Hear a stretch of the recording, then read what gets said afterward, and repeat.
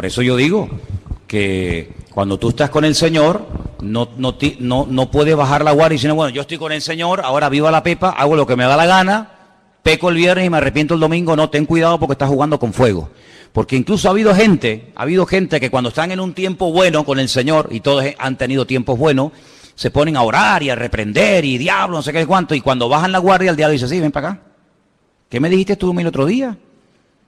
Entonces, ha habido gente que se ha hecho el gallito, que no llevan una vida de santidad, de orden, de espiritualidad, sino que bueno, se emocionaron y diablo, te echo fuera, pues, y después a los 2 o 3 meses o semanas o días o lo que sea, ni ora, ni se congrega, ni lee la palabra, bajó la guardia, es una vida fría, una vida sin compromiso, sin santidad, y después uno dice, fíjate tú, que hasta llegó a predicar,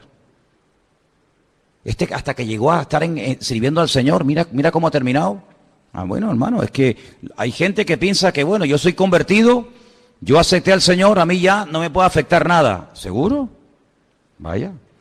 Esto dice, cuidar vuestra salvación con temor y temblor, no sea que nos deslicemos, dice la Biblia. Cuidar lo que Dios te ha dado. Es mi obligación cuidar mi relación con el Señor, es nuestra obligación personal vigilar nuestra relación con el Señor día a día. Aquí no vivimos de la gloria de hace 5 años. Aquí nos tenemos que renovar constante y permanentemente. Bueno, si a un creyente que baja la guardia le puede meter el enemigo una paliza, imagínate a un inconverso que no tiene ni al Señor. Ese se lo come, se lo despedaza. Pero no significa que porque seamos creyentes, el enemigo ya no se mete con nosotros. De hecho, la pregunta es, ¿quién es la persona que más en santidad y en orden ha vivido de todos los tiempos? El Señor Jesucristo. ¿Y el diablo se metía con él? Hombre, es decir, que por ser creyente, por ser cristiano, el enemigo ya no intenta atacarnos, destruirnos, debilitarnos, enfermar. Por supuesto que sí, si tentó y se atrevió a ir al Señor, ¿cuánto más a los hijos del Señor? Por lo tanto, aquí no podemos bajar la guardia en ningún momento, sino todo lo contrario. Y si tuviste antes de conocer al Señor, si tú tuviste antes de conocer al Señor ciertos y determinados problemas de tipo espiritual, ándate con ojo, porque cuando una persona baja la guardia, en lo primero que cae es en aquello que te dominó. Por eso dice la Biblia, el que piense estar firme, mire que no caiga. ¿Qué me estaban preguntando por ahí? Pero tienes que hablar fuerte porque la gente quiere escuchar. Rápido, Luis. Y el demonio se apodera de cualquier persona, incluso tampoco. Incluso la que esté en el Señor. No. O sea, simplemente tú puedes sentir la arremetida del diablo, pero también puedes pedirle socorro al Señor. Hombre, eso por supuesto. Para un no cristiano. Vale, respondo a la pregunta. Un cristiano no puede estar poseído por demonios. Aquí en esta iglesia no creemos esto. Hay iglesias evangélicas que sí, Hay iglesias evangélicas que creen que los cristianos pueden estar endemoniados. Nosotros no compartimos esa enseñanza. Nosotros creemos que o estás o no estás en Cristo. No, yo tengo el Señor, pero bueno, puedo tener 2 o 3 demonios por ahí escondidos. No, aquí no creemos en esas vainas.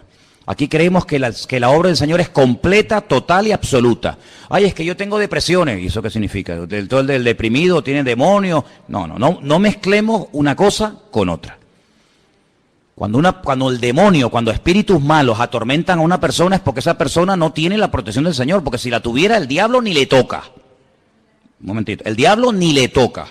Entonces nosotros creemos que somos el templo del Espíritu Santo de Dios, que el Señor mora en nosotros y que el ángel del Señor acampa alrededor de los que le temen y los defiende. Ahora bien, eso no significa de que cuando yo me convierto el Señor anula mi voluntad. A mí no me ha anulado a nadie. Mi voluntad sigue estando ahí. Que yo la haya sometido al Señor, eso es otra cosa.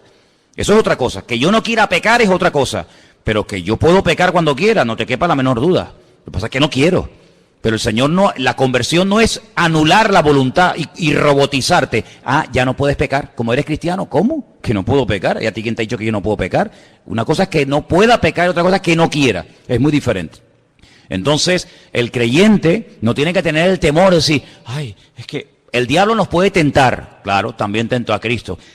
Decía Pablo, orad porque no ignoramos sus maquinaciones. El diablo puede ponernos impedimento, puede hacer. Pero no te olvides que todo lo que el diablo hace, primero le tiene que pedir permiso al Señor. Si el Señor se lo da, Él puede venir a mí a tentarme. Él puede venir a mí a complicarme un poco la existencia. Y por eso tenemos que orar al Señor. Pero un cristiano no tiene la mitad de Cristo y la mitad del enemigo. No, somos libres totalmente. Ninguna condenación hay para los que están en Cristo. Si estamos en el Señor, no queda ninguna... Vamos a ver, pueden haber a veces actitudes, pueden haber a veces cosas que tú no hayas terminado de entregarle al Señor. Puede haber áreas de tu vida en las que tú no has crecido, tú no has madurado como persona, pero eso no significa de que tú estés endemoniado. Eso son cosas muy diferentes. Ser endemoniado es que el diablo controla tu vida, tu salida, tu entrada, tus pensamientos, tus emociones, el levantarte, el acostarte, el comer, el respirar. El diablo controla, está ahí adentro. Pero si el Señor lo expulsó de nuestra vida, ahora somos libres, hemos pasado de muerte a vida, mientras nos mantengamos firmes y bien parados en el Señor, yo estoy protegido por la mano del Señor. No es que hay santeros y curanderos, a mí como si hay lo que quieran, no nos pueden tocar mientras estemos bien agarrados a Cristo. Baja la guardia y ponte a hacer el tonto para que veas cómo el enemigo te mete una sacudida que no te la vas a creer ni tú. Pero nosotros estamos seguros en el Señor. El enemigo no viene y, bueno, hermano, vamos a orar ahora para, como hay iglesias que tienen un culto a la semana, son 4 gatos, y todas las semanas oran para echar los demonios de la vida de esos creyentes. La semana siguiente, hermanos, pasen adelante para orar, para echarles, pero vamos a ver, ¿salieron o no salieron? Eso es una vida de temor, y el Señor no nos ha llamado a temor. El Señor nos ha llamado a tener el gozo de la salvación, y somos libres, hermanos, somos libres en Cristo. Yo no tengo que tener miedo. Oye, es que un día estoy desanimado. Bueno, ¿y qué? ¿Ahora qué pasa? ¿Que el diablo entró en mi vida? ¿Pero qué dice, mijo? Cristo dijo un día, hoy mi alma está triste, yo estoy triste hoy. Y lo dijo el Señor. Entonces, no. Oye, hay circunstancias, chicos, hay momentos. Tú te vas a enterrar a un padre, a una madre, a una hija, a un amigo, al cementerio, y no te pones allá a remolinear. Hay un dolor en tu corazón, no somos de mármol, no somos de piedra, pero eso no significa de que el diablo ya se apoderó de mi vida, en absoluto, en absoluto. Hay creyentes que no tienen claro el poder y la autoridad que tenemos en el Señor. El maligno ni nos puede tocar, ni acercarse a nosotros. Ahora, cuando a veces somos tentados, dice la Biblia, no es que Dios te manda tentaciones, sino que tú estás creando un ambiente, porque tú y todos tenemos debilidades, o tú no tienes ninguna. Tú sabrás cuáles son las tuyas. Si tú esas debilidades que tú tenías y que todavía tienes, porque somos de carne, ¿verdad? Si tú las alimentas, si tú no huyes del pecado, si tú estás jugando con fuego, pues amigo, después no digas, no es que el diablo, es que tú le das lugar al enemigo, estás jugueteando, estás tonteando, estás acariciando al pecado. Tú estás creando un ambiente propicio a que caigas. Si tú sabes que tienes problemas con la droga, ¿para qué te metes en ambiente donde está todo el mundo fumando droga? Puede ser que tú seas tentado allí. Bueno, pues evita ese ambiente y vete a un ambiente diferente. Entonces tenemos que ser sabios y darnos cuenta de que a veces nosotros le damos como ideas al enemigo, le damos lugar al enemigo, y la Biblia dice, no deis lugar al diablo, no le des lugar porque como le des lo va a coger, ¿me entiendes? Entonces tengamos cuidado con eso también, pero sobre todo tengamos la seguridad, la paz, la tranquilidad de que el Señor está conmigo y Él me protege y se acabó. Amén. ¿Quedó claro? Ok, muy bien. Vamos a ir al libro de Gálatas, por favor. Hoy en la clase de hebreo aprendimos los nombres de las características del fruto del Espíritu. Tengo una Biblia en hebreo y la palabra fruta o fruto es peri, y en plural es perot. Y me llama la atención de que está siempre el tema en singular. Siempre está en singular. El fruto, no los frutos, sino el fruto del Espíritu es. Estoy en Gálatas 5:22. Y ahora dice amor, gozo, paz, paciencia, benignidad, bondad, fe, mansedumbre, templanza. Contra tales cosas no hay ley. En medio de una lista terrible que ahora vamos a leer también, el apóstol Pablo hace un alto en el camino, abre un paréntesis, hermanos. Esto es lo que se tiene que manifestar en la vida de un hijo de Dios. Esto es lo que se tiene que notar en la medida en que vamos creciendo, en la medida en que vamos madurando. Esto es un fruto. Hermano, el fruto no crece de la noche a la mañana. Usted planta un árbol hoy y mañana no puede estar disfrutando del fruto. Tiene que esperar, tiene que abonar, tiene que estar años a veces esperando a que llegue el fruto. Y en la vida del cristiano exactamente igual. La salvación es así, instantánea. Usted no se va salvando poco a poco. Entonces dice, bueno, ¿usted quiere aceptar al Señor? Sí, bueno, vamos a hacer una oración, vamos a orar por usted, guiarlo en una sencilla oración de arrepentimiento, pero mañana tiene que venir, porque usted se salvó un poquito. Mañana vamos a salvarle otro trocito. Y pasado, no, usted se salva sí o sí. El Señor no le dijo al ladrón en la cruz, bueno, no sé qué hacer contigo, porque no, hoy estarás conmigo en el paraíso. La conversión es instantánea e inmediata. ¿Cuántos dicen amén? Usted pide perdón de sus pecados al Señor. Supongamos que usted le pide perdón al Señor por 3 pecados. ¿Cuánto les perdona si usted pide perdón al Señor? ¿Los 3? Ya está, no hay ni más ni menos. Pero el fruto no es instantáneo. El fruto es progresivo, en la medida en que usted vaya creciendo, acercándose al Señor. Pero vamos a leer a partir del versículo 16 para que usted vea qué interesante la diferencia entre lo que la Biblia llama la carne y el fruto del Espíritu. Verso 16 dice, digo pues, andad en el Espíritu y no satisfagáis los deseos de la carne. Ahora, hermano, ninguna carta del Nuevo Testamento fue escrita en conversos. Todas las cartas que el apóstol Pablo, que Juan, que Santiago, que Pedro escribió, fueron escritas a gente, digamos, convertida, cristiana. Gente que ya había nacido de nuevo, que había experimentado un encuentro con Cristo. A esos creyentes, a una iglesia que estaba en Galacia, Pablo le dice, hermanos, andad en el Espíritu y no satisfagáis los deseos de la carne. ¿Te das cuenta? Usted puede ser cristiano, pero usted si quiere puede darle de comer a la carne. Usted puede llamarse cristiano, venir a la iglesia, orar, leer la Biblia, estudiar la palabra, pero por otra parte, usted puede estar, como decimos, engodando al enemigo, dándole carne o dándole alimento a la carne, y por eso se produce muchas veces en la vida de muchos creyentes como algo, un desequilibrio. Por una parte parece muy espiritual, que ama mucho al Señor, pero por otra parte parece un demonio. Por una parte lo ves alabando al Señor y en los 10 minutos lo ves pegándole una trompada al que está en la esquina y gritándole al vecino. Y dice, pero ¿cómo puede ser esto? ¿Cómo puede ser esto? Estas cosas raras. Ahora, no te sorprendas, porque esto no es nada nuevo. El apóstol Pablo, cuando le escribe a los hermanos de la iglesia de Corinto, hago un paréntesis, les dice a los hermanos, como que les reconoce, les felicita en el capítulo 1, dice, nada os falta en cuanto a los dones del Espíritu, pero en el capítulo 3 los llama niños, los llama carnales, os di a beber leche y no vianda porque aún no sois maduros, no sois capaces todavía, porque oigo, y dice, y en parte me lo creo, que entre vosotros hay celos, hay envidias, hay divisiones, hay favoritismo, yo soy de fulanito, yo soy de menganito, dice, y si os comportáis así, dice, no sois carnales y andáis como niños. Es decir, no cuestiona los dones, lo que cuestiona es la conducta. No cuestiona el don, cuestiona el instrumento que está siendo utilizado en el don, ¿verdad? Es como el martillo, oiga, el martillo está bien, no hay ningún problema en el martillo, en el destornillador, en el serrucho, en la máquina, no hay ningún problema. El problema está en ti. El problema está en ti. Hoy veíamos en televisión unas imágenes de unas personas que se han dedicado a ir por la calle con martillos. Y la gente va caminando y de repente van y le dan con el martillo. Bueno, te voy a decir una cosa, detrás del martillo hay una persona.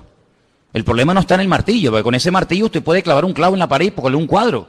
El problema está en la mala utilización de ese instrumento, de ese martillo. Entonces muchas veces vemos a personas que tú dices, oye, el Señor lo usa por un lado, pero por otro lado es un envidioso, es un celoso, es no sé qué, no sé cuál. ¿Cómo puede ser eso? Entonces, ¿qué ocurre? Hay gente que se cierra en banda y dice, yo no quiero saber nada de eso. No, cuidado. No menosprecie el don, no cuestione el mover del Señor por el mal ejemplo o por el mal testimonio que ha dado una persona. De hecho, yo no sé si aquí hay algún caso, no lo sé sinceramente, pero yo he conocido casos de personas que me han dicho, no, yo vine a la iglesia porque un hermano o una hermana me habló del Señor y yo vine a la iglesia porque ella me invitó o él me invitó y le dije, ¿y ese dónde está ahora? Y dice, no, él, ya, esa persona está en la droga otra vez, ese hermano está otra vez alcoholizado o no sé qué, y tú dices, qué cosa, cómo en un momento determinado esa persona se dejó usar por el Señor y por lo que sea, después se dejó usar por el diablo. Y usted dice, ¿pero esto puede ser así? Bueno, mire Pedro, mire el apóstol Pedro. Había un hombre más cerca de la vida del Señor que Pedro. Fue una de las personas que más cerca vivió del Señor. Y cuando el Señor llega a una ciudad al norte de Israel, que en la actualidad se llama Banias, pero que en aquellos tiempos se llamaba Cesarea de Filipo, él allí lanza una pregunta y le dice a los discípulos, oye, ¿qué opina la gente de mí? ¿Qué está diciendo la gente por ahí? Y le dan todo tipo de opiniones y al final, después de oírles, les dice, ¿y yo para ustedes quién soy? Y todos se quedan callados. No se atreven porque parece que como que todavía tienen dudas, ¿será, no será? ¿Me habré equivocado? ¿Será el verdadero? Y Pedro dice, tú para mí eres el Hijo del Dios viviente. Tú eres el Mesías, tú eres el que tenías que venir. ¿Y el Señor qué hace? Bienaventurado eres Simón, hijo de Jonás, porque esto que has dicho no te lo reveló carne ni sangre, sino mi Padre que está en los cielos. Es decir, lo felicita públicamente. Amén, hermanos. Muy bien, la respuesta es la correcta, la exacta. Van caminando y de repente dice el Señor, muchachos, vamos a Jerusalén. Pero Señor, otra vez a Jerusalén. Pues si te querían matar el otro día, pero es que el Hijo del Hombre tiene que ir a Jerusalén, tiene que ser crucificado, tiene que ser muerto, rechazado por los gentiles, rechazado por los judíos. No sé. Y Pedro dice, de ninguna manera, no voy a permitir que eso te acontezca. ¿Cómo que tú vas a ir y que te maten? ¿Y qué dijo el Señor? Al mismo Pedro, que había felicitado, Satanás, apártate de mí. ¿No fue un poco duro el Señor? ¿Ustedes creen que fue duro el Señor? Yo creo que no. El Señor no es duro con nadie. El Señor es como tiene que ser con la gente. Cuando lo tiene que felicitar, lo felicita. Y cuando tiene que reprenderlo, lo reprende. El Señor no se equivocó. No se pasó en halagos, ni se pasó en exhortación, sino que dijo lo que tenía que decirle. Aquí lo hiciste bien, aquí lo hiciste mal.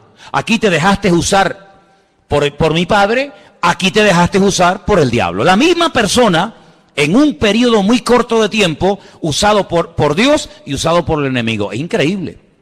Entonces te das cuenta como una persona es vulnerable a ser usada o por Dios o por el enemigo según a quien se abra y según cómo hable y según cómo reaccione, ¿verdad? Entonces vemos que los hermanos de la iglesia de Corinto no habían crecido espiritualmente hablando, eran utilizados en dones. Y bueno, el otro día di una lista, ¿no?, de los dones que hay en la Biblia, que son tremendos, ¿no? Y Pablo dice, nada os falta ningún don. Es que todos los dones están ahí en esa iglesia, todos. Yo no he conocido una iglesia que tenga todos los dones del Espíritu Santo dentro de la iglesia, pero los corintios sí. Sin embargo, Pablo después los llama, como he dicho, carnales, niños en Cristo. A uno tiene que decir, a ese cójanlo y expúlsenos de la iglesia. ¿Sabes el caso, no? Pues estaba acostando con su madrastra. Dice, eso ni los del mundo viven así. Fue una cosa tremenda, se emborrachaban en los cultos. Es algo increíble, increíble, ¿no? Entonces ahora vemos que Pablo le está escribiendo a una iglesia en la zona de Galacia y le dice, hermano, no estén alimentando la carne, sino anden en el Espíritu. Es decir, usted tiene que tomar una decisión personal. Esto es una cosa personal. Tú puedes escuchar muchos mensajes, puedes escuchar mucha enseñanza, pero si tú en lo más profundo de tu corazón no quieres poner esto en práctica, por más que lo oigas, por más que te lo prediquen, te va a entrar por aquí y te va a salir por allá. Usted tiene que tomar una determinación. ¿Yo a quién quiero agradar? ¿A la carne o al Señor? ¿Para quién quiero vivir? ¿Para mí o para Él? Usted tiene que tomar esa decisión. Y tarde o temprano el Señor te va a confrontar. Y esta tarde puede ser que te esté hablando. Versículo 17 dice, porque el deseo de la carne es contra el Espíritu. Siempre, hermano, siempre. Siempre. Y el del Espíritu es contra la carne. Y estos se oponen entre sí para que no hagáis lo que queréis. Pablo es un hombre que utiliza lo que se llaman en la Biblia analogías, es decir, ejemplos de cosas o de personas que por lo que hicieron o por lo que dijeron sirven como ejemplo de lo que él está enseñando. Y él a veces habla, por ejemplo, de la lucha entre la carne y el espíritu y pone el ejemplo de aquellos hermanos gemelos, ¿os acordáis? Hijos del mismo padre, hijos de la misma madre, pero que eran totalmente diferentes el uno del otro. ¿Y a quién me refiero? A Jacob y a Esaú. Mira, eran diferentes por fuera y eran diferentes por dentro. Por fuera dice que uno era rubio, peludo, el otro era lampiño, uno era un hombre cazador, un hombre que estaba todo el día matando animales con una agilidad, el otro era tranquilo, no se movía. pero espiritualmente también eran diferentes. Uno no le daba ninguna importancia a las cosas del Señor, el otro para él era lo más importante las cosas del Señor. Tuvo que aprender a hacer las cosas bien, porque no todo vale, ¿verdad? Y eso es lo que dice el apóstol Pablo. Y también compara a veces a Ismael, que era el hijo de Agar, la egipcia, la esclava, y compara a Isaac, que era el hijo de la promesa, el hijo de Sara, y dice que se peleaban. Ismael se reía, se mofaba de Isaac, hasta que un día el Señor tiene que decir, esto no puede seguir así, esto no pueden convivir, es imposible que se lleven bien, es imposible, porque uno va por una línea, otro va por otra línea, y lo mejor es que se separen, que se vaya cada uno por su camino. Y así, dice la Biblia, que así fue. Ismael fue expulsado de la casa junto con su madre Agar, y de ahí vienen muchas naciones árabes hasta el día de hoy. El Señor le puso como un sello, Ismael, hombre fiero, hombre indomable, todos contra él y él contra todos. Así son hasta hoy en día los árabes. Están contra todo el mundo, contra los infieles, pero también todos están contra ellos. Es una cosa increíble. Sin embargo, la línea de Isaac es completamente diferente. Entonces Pablo dice, hermano, hay una lucha interior que se llama la lucha entre la carne y el espíritu, entre el ego del hombre y lo que el Señor quiere hacer en tu vida, y tú tienes que tomar una determinación, porque dice aquí en el versículo 18, si sois guiados por el Espíritu, ya no estáis bajo la ley, porque la ley te guiaba a través de la letra, pero el Espíritu te dicta a través de la comunión con Dios. Y ahora menciona manifestaciones de la carne que son tremendas, y dice, son adulterio, fornicación, inmundicia, lascivia, idolatría, hechicerías, enemistades, pleitos, celos, iras, contiendas, disensiones, herejías, envidias, homicidios, borracheras, orgías y cosas semejantes a estas, acerca de las cuales os amonesto, como ya os lo he dicho antes, que los que practican tales cosas no heredarán el reino de Dios. Fíjate que menciona celos, menciona borracheras, menciona disensiones, lo que pasaba en Corinto. Es decir, que cuando en Corinto se peleaban los hermanos, cuando en Corinto había mal testimonio, ¿qué es lo que estaba pasando? Le estaban dando lugar a la carne. Y en tu vida mismo, tú en tu vida, si eres sincero contigo misma, ¿cuántas veces el Señor te ha usado? Un montón de veces, ¿sí o no? Hablándole a una persona, orando por alguien, dándole un buen consejo, dándole ánimo. ¿Cuántas veces el Señor te habrá usado y a veces ni te has dado cuenta, muchacha? Pero ¿cuántas veces, sin darte cuenta, vamos a decirlo así, te habrá podido utilizar el enemigo? ¿O no? No, a mí no. A ti no. Ya. Tú eres doña, tú eres don. Podemos ser utilizados por el Señor cuantas veces queramos y a veces de formas maravillosas, pero también a veces podemos ser utilizados por el enemigo.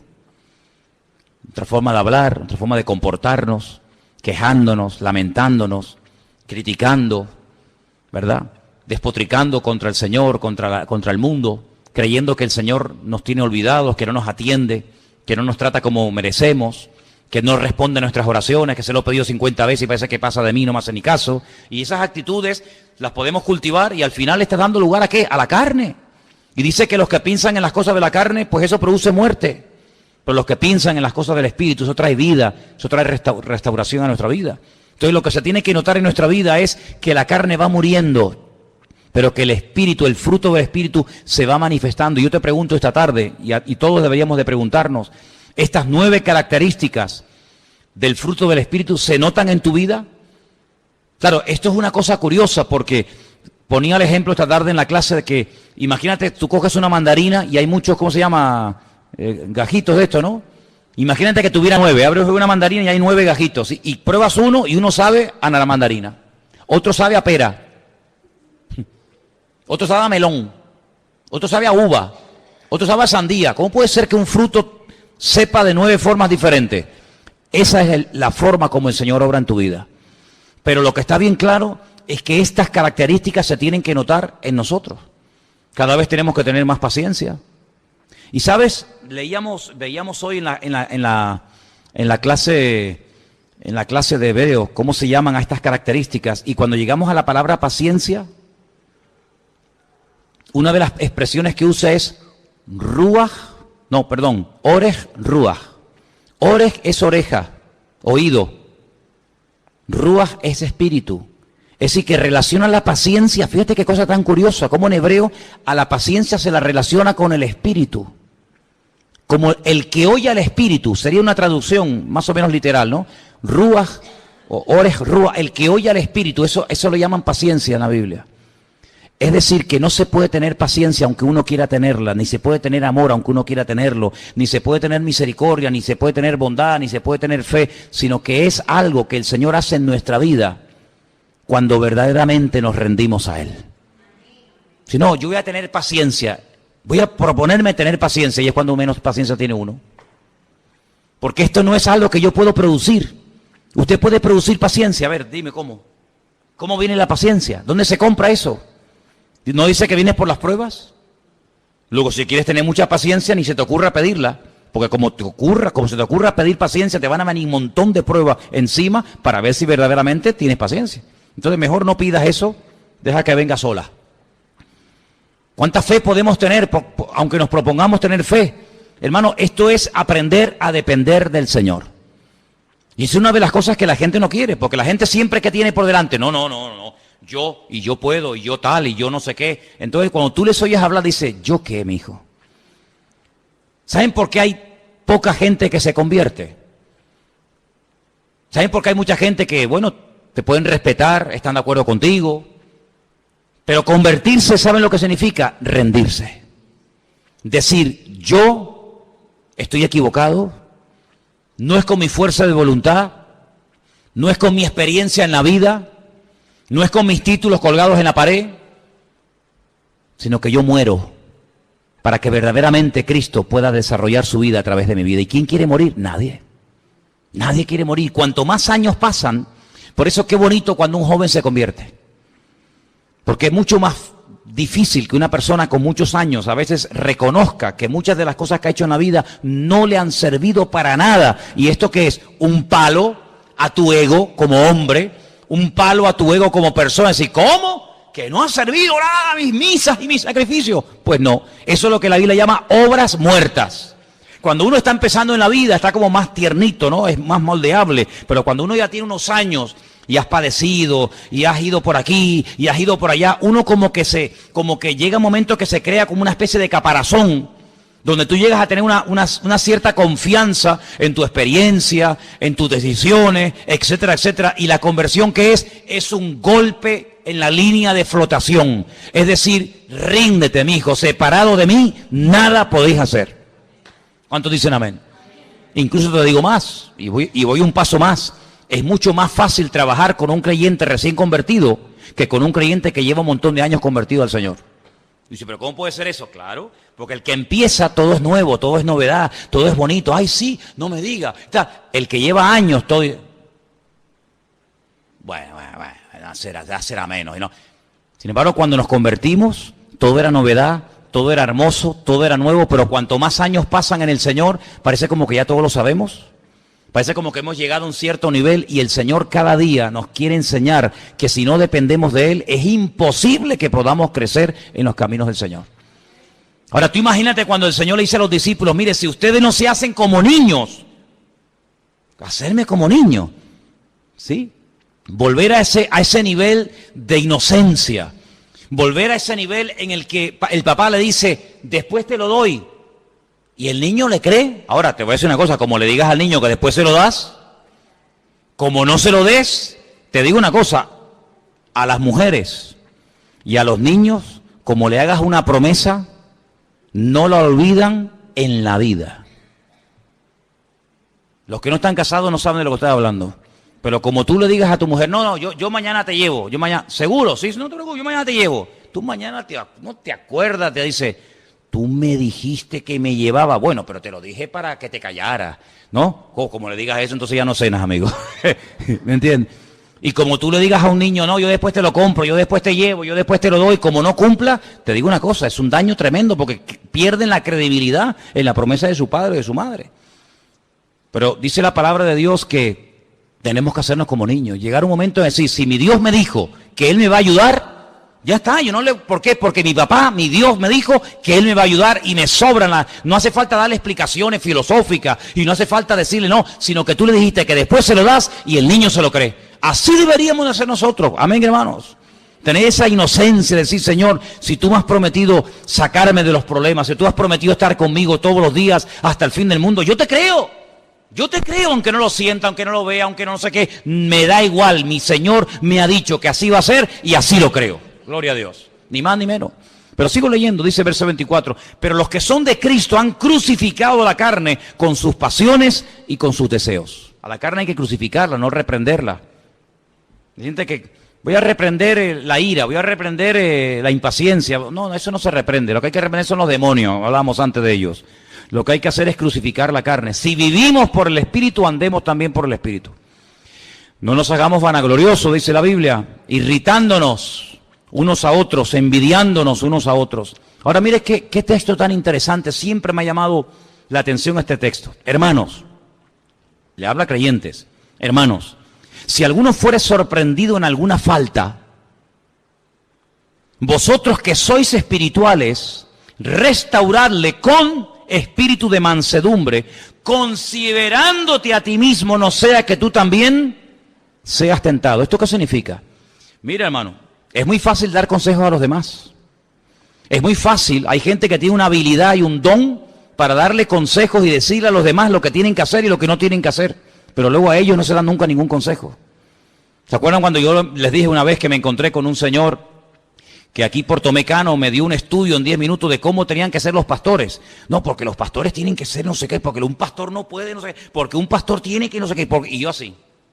Cuando terminó el estudio bíblico, le dije, oye, ¿cómo sabes tú de la Biblia, Le inflé el ego, ¿no? Él se lo creyó, dice, sí, ¿no? Digo, qué lástima que sepas cómo tenemos que vivir los pastores y no sepas cómo tienen que vivir las ovejas. Porque si tú supieras cómo tienen que vivir las ovejas, serías un cristiano maravilloso. Dios media muerte se fue y nunca más lo volvió a ver. Claro, es que es fácil decir, no, eso no se hace. Es que tú tienes que comportarte y tú tienes que no sé qué.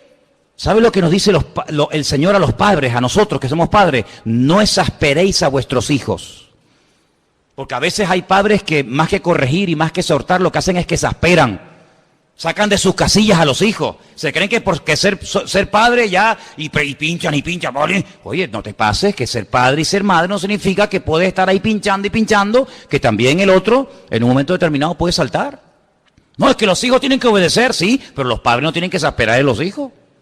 Es que la mujer tiene que someterse al marido y el marido tiene que amar y respetar a la mujer. Es que siempre tenemos el texto para el otro, pero para uno a veces como que no lo encontramos. Y en la Biblia hay versículos más para nosotros que para los demás. ¿Cuántos dicen amén? Es más, tú sabes que la Biblia dice que todo lo que el prójimo tenga delante del Señor es como una pajita, pero todo lo que uno tenga tiene que ser considerado como una viga. Así que antes de sacar la pajita del ojo ajeno, saquemos la viga en nuestro propio ojo. Eso es lo que dice el Señor, ¿verdad?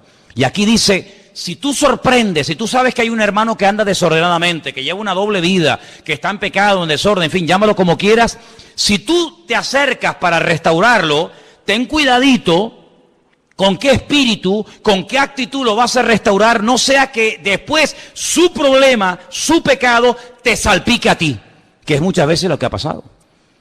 Ha habido gente que ha ido a hablarle a los drogadictos y al final ellos cayeron en la droga.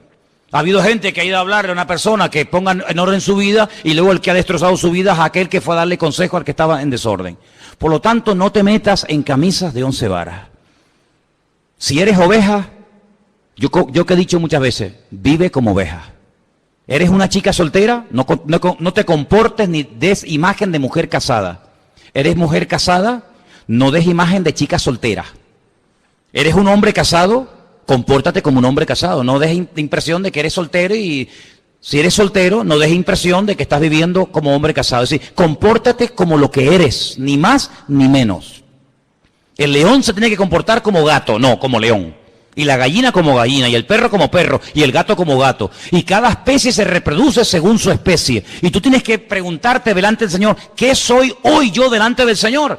Estoy comenzando a dar los primeros pasos. Dice, pues no te hagas maestro, no seas que recibas mayor condenación. Por eso es importante respetar las etapas, no saltarnos etapas, decir, bueno, yo estoy ahora en un tiempo de aprendizaje, en un tiempo de restauración, en un tiempo de aprender para el día de mañana, cuando Dios lo permita, yo daré. Pero Si es el tiempo de dar, no estés esperando recibir. Por lo tanto, es importante que cuando tú, entre comillas, quieras ayudar a otra persona, piensa bien dónde te vas a meter, porque la Biblia nos habla de la transmisión del Espíritu. Y quiero compartir brevemente esto. Lo comentábamos ayer en la clase de homilética, que creo que comenzamos, ayer, sí, fue ayer. Dice que Jetro, que era el suegro de Moisés, cuando llegó al campamento y vio a Moisés tan ocupado y tan atareado atendiendo a gente todo el día, porque claro, Moisés tenía casi 2 millones de personas en el desierto. Y él se levantaba bien temprano en la mañana, atendía a los viudos, a los huérfanos, al extranjero, a este que le habían robado la oveja, al otro que no sabía dónde tenía que poner la carpa, al otro que no sé. Cuando llegaba al final del día, sí, había atendido a la gente, pero imposible que un hombre pueda atender a semejante multitud. Jetro lo estuvo observando y le dijo, mira Moisés, ven para acá. Tú tienes que delegar, tú tienes que nombrar ayudantes, colaboradores, que te ayuden a llevar esta carga tan grande que Dios ha puesto sobre tus hombros. Porque por mucha gente que tú atiendas, quedan más por no atender que atendido. Y dice la Biblia que la propuesta, claro, Moisés podría haber dicho, cuidadito que estás hablando con Moisés. Pero él fue humilde, él aceptó el consejo y dice que él nombró a 70 ancianos, 70 colaboradores, fueron al tabernáculo de reunión, allí se presentaron delante del Señor y literalmente la Biblia dice, y Dios tomó del espíritu de Moisés y se lo transmitió a los que iban a estar con él llevando la carga del pueblo. Es decir que estas 70 personas que iban a colaborar con Moisés no iban a hacerle la guerra, no iban a competir con él, yo predico mejor, tú predicas mejor, no, sino que iban a colaborar y a trabajar todos al unísono, con un mismo sentir y en una misma línea y con una misma meta y visión. Amén, hermanos. Porque el espíritu se transmite, hermano. Cuando tú tienes un hijo, tú le has transmitido tu genética a esa criatura. Ay, es que camina.